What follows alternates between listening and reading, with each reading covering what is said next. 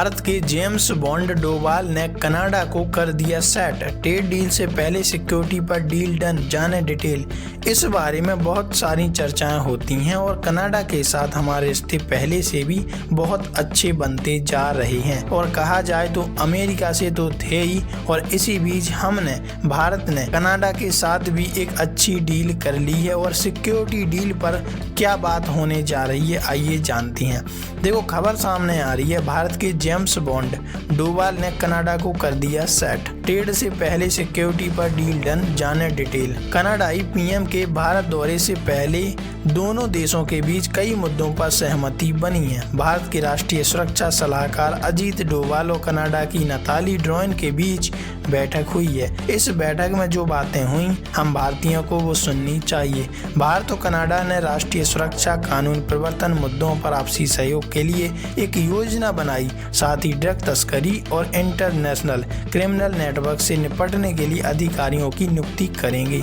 शनिवार 7 फरवरी को कनाडा की राजधानी ओटावा में भारत के राष्ट्रीय सुरक्षा सलाहकार अजीत डोवाल जी और कनाडा के नताली ड्रॉइन के बीच बैठक हुई, जिसमें इन मुद्दों को लेकर दोनों देशों के बीच सहमति बनी।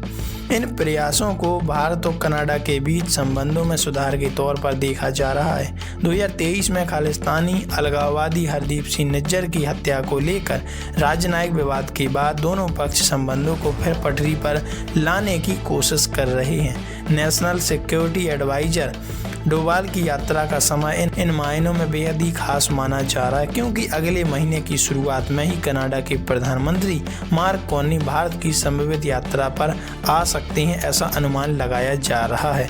भारतीय विदेश मंत्रालय ने डोवाल और ड्रॉइन के बीच हुई मुलाकात की जानकारी दी। इस बैठक को द्विपक्षीय सुरक्षा बातचीत का हिस्सा बताया।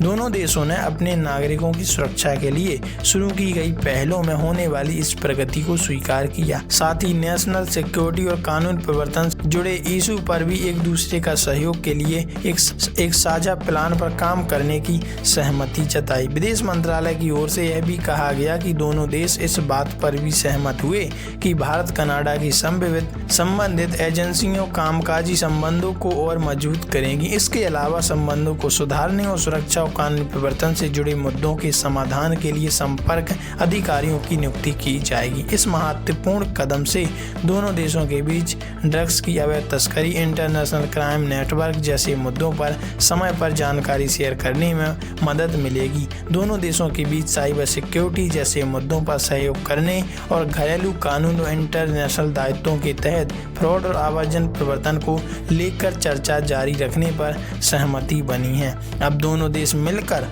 अब एक ऐसा काम करेंगे जो वास्तव में देश दुनिया को दिखाएगा कि यहाँ कनाडा के साथ हमारे पहले भी रिश्ते अच्छे थे और आज भी हैं। वैसे आप इस बारे में क्या राय रखते हैं, कमेंट में जरूर बताइएगा।